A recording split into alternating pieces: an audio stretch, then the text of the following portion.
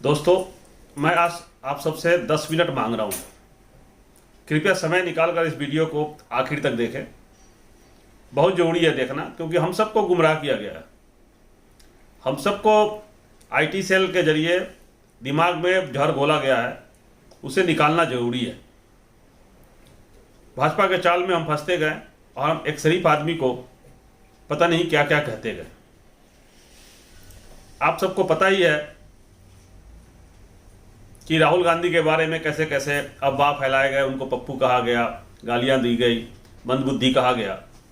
अब एक बच्चा जो प्राइम मिनिस्टर के घर में जन्मा हो, जिसको शिक्षा देने वाली खुद इंदिरा गांधी आयरन लेडी, उंगली पकड़कर चलना सिखाया, साथ लेके गए, जहां भी गए उनको सिखाया, बचपन से ही ट्रेंड किया, घर में भी। राजनीति का पाठ तो वहां से शुरू हुआ उनको। उसके बाद राजीव जी, टेक्नोलॉजी का मास्टर, एक पायलट, जिन्होंने इस देश को आईटी और कंप्यूटर भी दिया, उन्होंने ट्रेनिंग दी। फिर माता सोनिया जी और बड़े बड़े दिग्गज, मनमोहन सिंह जी जैसे इकोनॉमिक्स के जानकार, और कांग्रेस के बड़े बड़े लीडर, सबसे इनको शिक्षा मिली। आपको राहुल गांधी के बारे में आज बताने आया हूं। जब दुश्मन घेर लेता है और आपको खतरा महसूस होता है, तो महाभारत में दिखाया गया है कि भगवान श्री कृष्ण को पैदा लेते ही गोकुल भेज दिया गया था कंस से बचाने के लिए। उसके बाद महाभारत में ही दिखाया गया है कि भगवान श्री कृष्ण को दुश्मन से लड़ने के लिए युद्ध छोड़ के भागना पड़ा था, जिसके कारण उनको रणछोड़ नाम भी पड़ा। तो जब आप चारों तरफ से दुश्मन आपको साजिश करने लगे और घेरने लगे और आपकी जान को खतरा हो जाए, तो आपको छुपना भी पड़ता है। राहुल गांधी जी के साथ भी कुछ ऐसा ही हुआ। उनका जन्म 19 जून 1970 को हुआ था, प्रधानमंत्री के घर में। उसके बाद 23 जून 1980 को उनके चाचा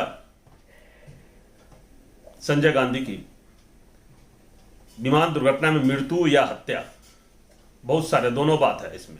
लोगों ने कहा कि हत्या करवा दी गई, साजिश थी, क्योंकि उन जमाने में जो प्लेन होती थी फ्लाइंग क्लब के, आज भी फ्लाइंग क्लब के छोटे जहाज में ब्लैक बॉक्स नहीं होता है, तो दुर्घटना का पता लगाना बहुत मुश्किल है। तो जब मात्र वो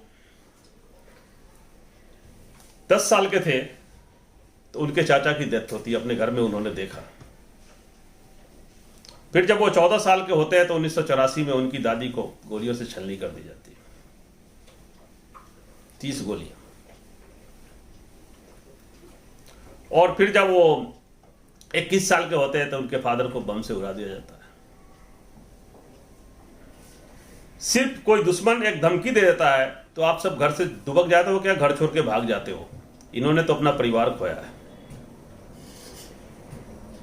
दुश्मनों ने साजिश करके पूरे परिवार को खत्म किया। तो आप सोच सकते हैं उनकी मां पे, सोनिया जी पर क्या बीती होगी, राहुल जी पर क्या बीता होगा, प्रियंका जी पर क्या बीता होगा, और कैसे वो डरे हुए माहौल में रहे होंगे। इसलिए उन्होंने कांग्रेस को छोड़ के बिल्कुल छोड़ दिया, सीताराम केसरी को बना दिया अध्यक्ष, और बिल्कुल साइड हो गए। कोई मतलब नहीं था कांग्रेस से, हमें मतलब नहीं राजनीति से। जाओ, जब तुमने हमारा परिवार भी खत्म कर दिया, हम देश के लिए काम करते रहे और साजिश करके तुम सबने मेरा परिवार खत्म कर दिया, मुझे पार्टी से मतलब नहीं है, जो करना है करो। आज जो G23 वाले लोग हैं, जिसको आप लोग साजिश बता रहे हो, जो भी बता रहे हो पता नहीं, इस तरह के लोग जाके फिर जबरदस्ती सोनिया जी के पैर पकड़ कर लेके आए थे। सीताराम केसरी को हटा कर सोनिया जी को बुलाया गया, और फिर चुनाव हुए और मनमोहन सिंह को भारी बहुमत से उस समय गठबंधन की सरकार बनी, और सब लोगों ने सोनिया गांधी जी के ऊपर दबाव डाला था कि आप प्रधानमंत्री बनिए, और बन सकते थे, किसी का बाप का दिन नहीं था रोकने का। बहुमत में है, कौन रोक देगा, और सब तैयार भी थे। लेकिन उन्होंने कहा नहीं, मनमोहन सिंह को प्रधानमंत्री बनाया गया, एक सिख को। लोग खालिस्तान मांग रहे थे ना, तो लोग खालिस्तान दे दिया, पूरा भारत तुम्हारा है। खालिस्तान तो छोटा सा पंजाब होगा, ये लो खालिस्तान, तुम 10 साल खालिस्तान चलाओ। और उन्होंने 10 साल शासन किया। इंदिरा जी को इन साजिशों के बारे में पता था शुरू से ही, तो कभी भी उन्होंने अपने सुरक्षा में दूसरे लोगों को नहीं घुसने दिया। उन्होंने सिखों पर बहुत भरोसा किया। और ये जो अभी जो लोग साजिश करता है, उस टाइप के किसी को भी उच्च पदों पर नहीं आने दिया, जिसके कारण भी ये लोग गांधी परिवार से नाराज है। चाहे फौज में हो, चाहे उच्च पदों पे हो, सरदारों को ज़्यादा दिया। जहाँ भी विश्वास वाला काम था, जिस पर भरोसा किया जा सकता है, सरदारों पे भरोसा किया। सरदार धोखा नहीं देता जल्दी, तो उन्होंने सरदारों को सब जगह रखा था। और इससे भी ये लोग नाराज हुए और साजिश किया। संजय गांधी की हत्या के बाद कोई भी माँ कमज़ोर हो जाती है, और धीरे धीरे उसमें कांग्रेस में घुसते गए और साजिश करके जो भी हुआ, ब्लू स्टार हुआ, ऑपरेशन ब्लू स्टार भी एक साजिश था। इंदिरा जी कमज़ोर पड़ गई थी और उनको मिसगाइड किया गया होगा, मेरा जो मानना है। मैं जहाँ तक मैंने स्टडी किया तो मुझे लगा कि उनको मिसगाइड किया गया। लेकिन ब्लू स्टार का जो हुआ वो दुर्भाग्यपूर्ण था। कोई धार्मिक स्थल पे नहीं जाता है, लेकिन धार्मिक स्थल में कोई टेररिस्ट भी नहीं जाता है। तो एक उकसावे, कहीं भी किसी भी धर्म के आदमी को खरीदा जा सकता है। आज मेरे सिख भाई समझ रहे हैं इन सब बातों के मैं क्या कह रहा हूँ, कि हम लोगों में ही फूट हो जाती है। हम लोग बिक जाते हैं पैसे के लिए, और हमारे लोगों ने बिक के मतभेद पैदा किया और हम लोग ने फूट डाला और कांग्रेस को सिखों से अलग किया। सिख भाई अब समझ गए, धीरे धीरे फिर से वापस कांग्रेस में भरोसा जता रहे हैं, विश्वास कर रहे हैं। कांग्रेस के सिख के लोग ही आरएसएस को लोगों को पंजाब में घुसने दिया।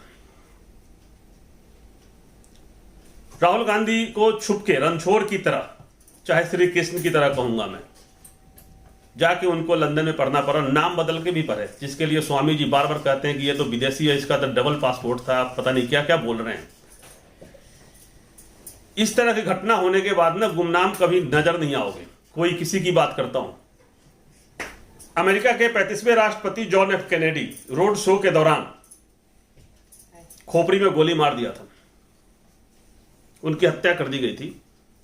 मैडम कैनेडी साथ में ही थे, 3 साल का बेटा था उनका। कैनेडी की हत्या के बाद मैडम कैनेडी जूनियर जॉन को लेके गुमनाम हो गए और कभी पॉलिटिक्स में नहीं लौटे। किस लिए? तुमने हत्या कर दिया मेरे पति का, मेरे बेटा का भी कर देगा। और वो कभी अमेरिकी पॉलिटिक्स में नहीं लौटे। जब तक वो जीवित रहे उनकी सुरक्षा दी गई।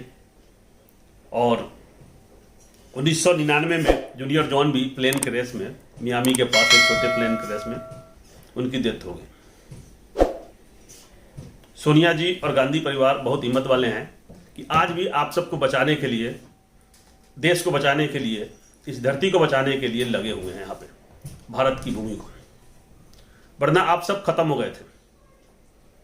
आपने देखा होगा कैसे किस तरह से साजिश कर रची जा रही है देश में।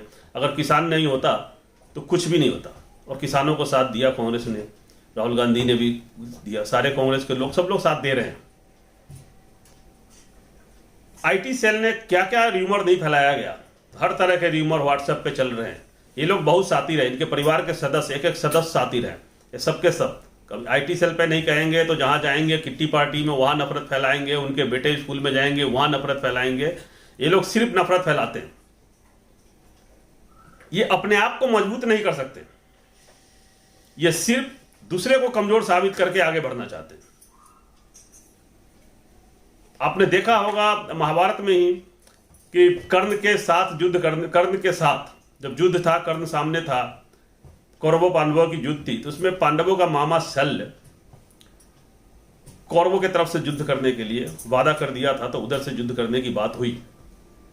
तो भांजा सब लोग गए, मामा आप क्या कर रहे हो, उधर जा रहे हो, आप हमारे हो, हमारा खून, हम आपके खून है, तो हमारे साथ होना चाहिए। बोला बेटा मैंने प्रॉमिस कर दिया है तो मैं उधर ही रहूंगा, लेकिन तुम चिंता मत करो।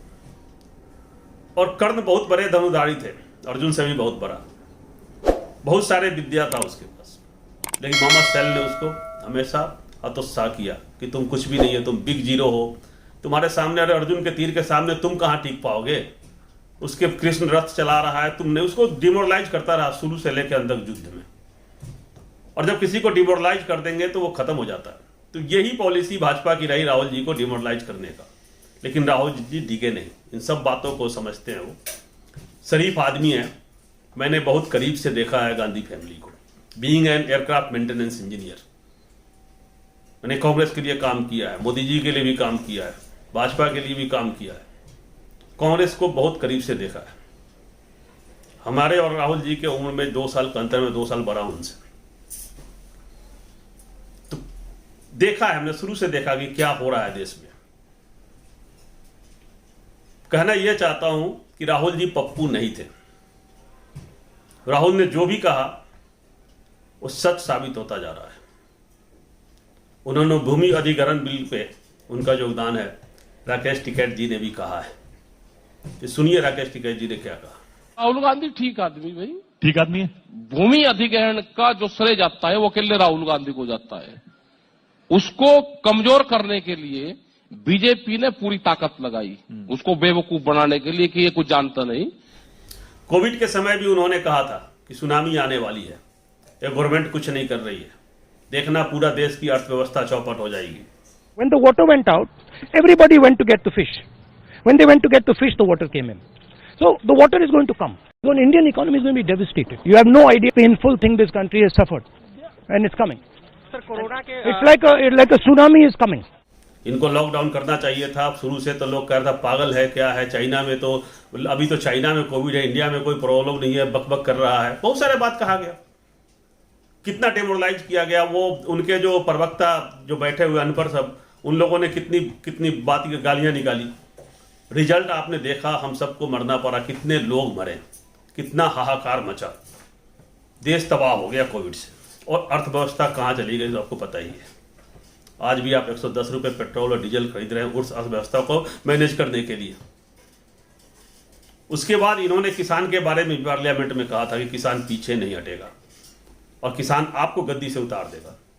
आप गलत कर रहे हैं, किसान बिल को वापस ले लो। किसान आपको हटा देगा, मजदूर आपको हटा देगा, छोटा दुकानदार आपको हटा देगा, मगर वो पीछे 1 इंच नहीं हटने वाला।